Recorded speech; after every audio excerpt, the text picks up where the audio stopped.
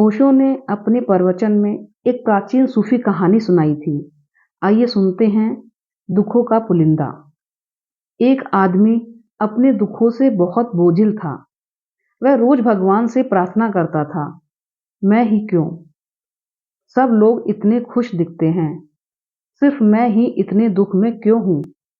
एक दिन बहुत हताश होकर उसने भगवान से प्रार्थना की, आप मुझे किसी और का भी दुख दे सकते हैं और मैं उसे स्वीकार करने को तैयार हूँ, लेकिन मेरा ले लीजिए, मैं इसे और सहन नहीं कर सकता।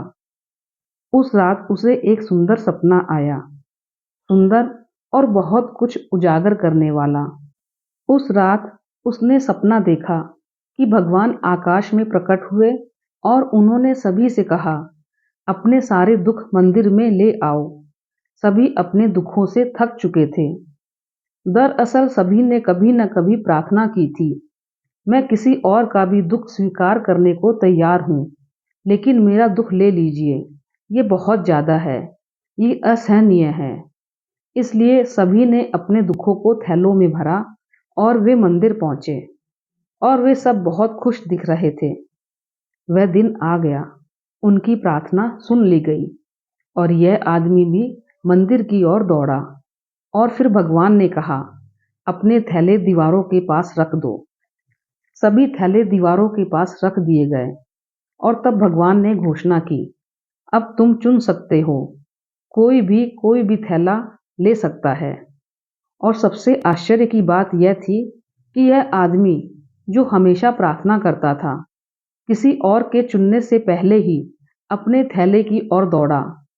लेकिन उसे आश्चर्य हुआ क्योंकि हर कोई अपने थैले की ओर दौड़ा और हर कोई उसे फिर से चुनने में खुश था।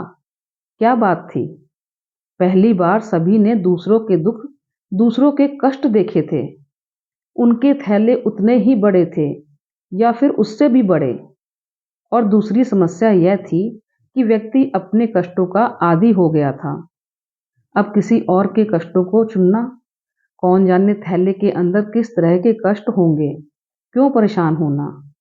कम से कम आप अपने कष्टों से परिचित हैं और आप उनके आदी हो गए हैं और वे सहनीय हैं। इतने वर्षों से आपने उन्हें सहन किया है, अज्ञात को क्यों चुने? और हर कोई खुश होकर घर गया।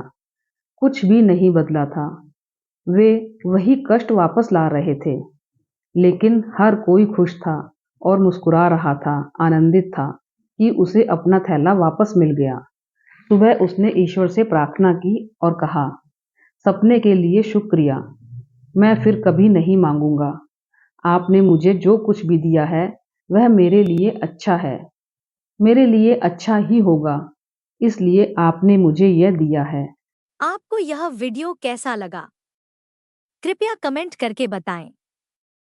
ऐसी और भी बहुत सी पौराणिक कथाओं और प्रेरणादायक कहानियों को सुनने के लिए हमारे चैनल को सब्सक्राइब करें।